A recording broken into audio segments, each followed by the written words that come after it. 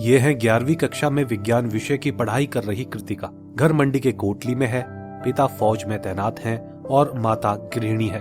कृतिका मंडी के Phoenix school में पढ़ती हैं और हृदय रोग विशेषज्ञ बनना इनका सपना है।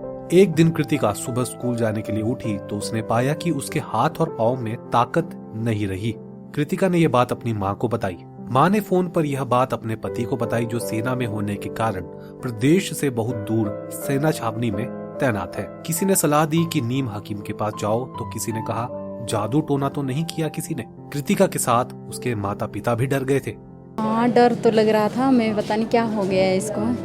फिर हम फिर सीधे ही हॉस्पिटल आ गए और सीधे हरियर हॉस्पिटल में लेके आ गए उसको। जब मैं स्कूल जाने के लिए उठी थी ना सुबह, तो मेरे जो है पाँव में बिल्कुल पावर नहीं थी और हाथों में भी बिल्कुल पावर नहीं थी। तो फिर उसके बाद हम यहाँ पे आए हरियर में। फिर यहाँ पे जो डॉक्टर है, फिर उन्होंने एग्जामिन किया, टेस्ट वगैरह किए। कृतिका के माता पिता ने सूझबूझ दिखाई, भगवान से प्रार्थना जरूर की, लेकिन अस्पताल गए। कृतिका का केस श्री हरिहर अस्पताल के न्यूरोलॉजिस्ट डॉक्टर हरीश एचबी ने देखा तो उन्हें शक हुआ कि कहीं कृतिका को बहुत ही रेयर गुलियन-बेरी सिंड्रोम तो नहीं हुआ है।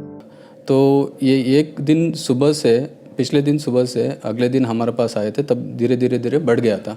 तो हमारे पास जब आई थी, ये खड़े भी नहीं हो पा रही थी और सपोर्ट के साथ चल भी नहीं पा रहे थे। चलना छोड़ा, अब वो सिर्फ बैठ ही पा रही थी, बस बिस्तर पे आ गई थी। तो हमने देखा, मैंने चेक किया, उसके बाद सारा एग्जामिनेशन किया, मुझे लगा ये GBS बीमारी है। GBS मतलब गियन-बारे सिंड्रोम।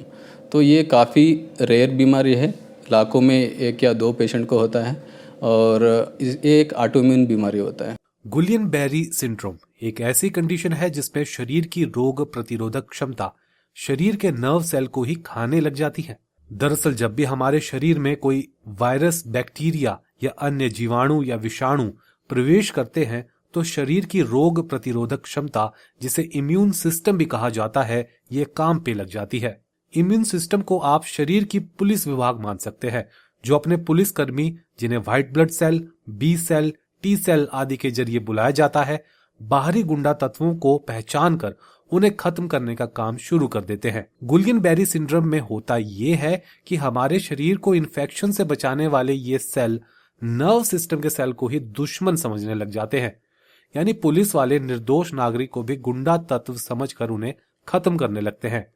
नर्व सेल ही शरीर के विभिन्न हिस्सों में सेंसेशन, जानकारी का आदान प्रदान, दिमाग के निर्देश पहुंचाने का कार्य करता है। जैसे ही नर्व सेल कमजोर होते हैं, शरीर में ऐसा लगता है कि जान ही नहीं रही।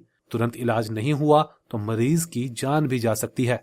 डॉक्टर हरीश एचबी ने कृतिका के लक्षणों को समझकर तुरंत 5 दिन का इंजेक्शन का कोर्स शुरू कर दिया, जिससे कृतिका की हालत में तेजी से सुधार हुआ। आगे ऐसा है कि ये 5 डेज या 6 डेज का इंजेक्शन कोर्स रहता है। इम्यूनोग्लोबुलिन का इंजेक्शन होता है, हमने पूरा दे दिया था।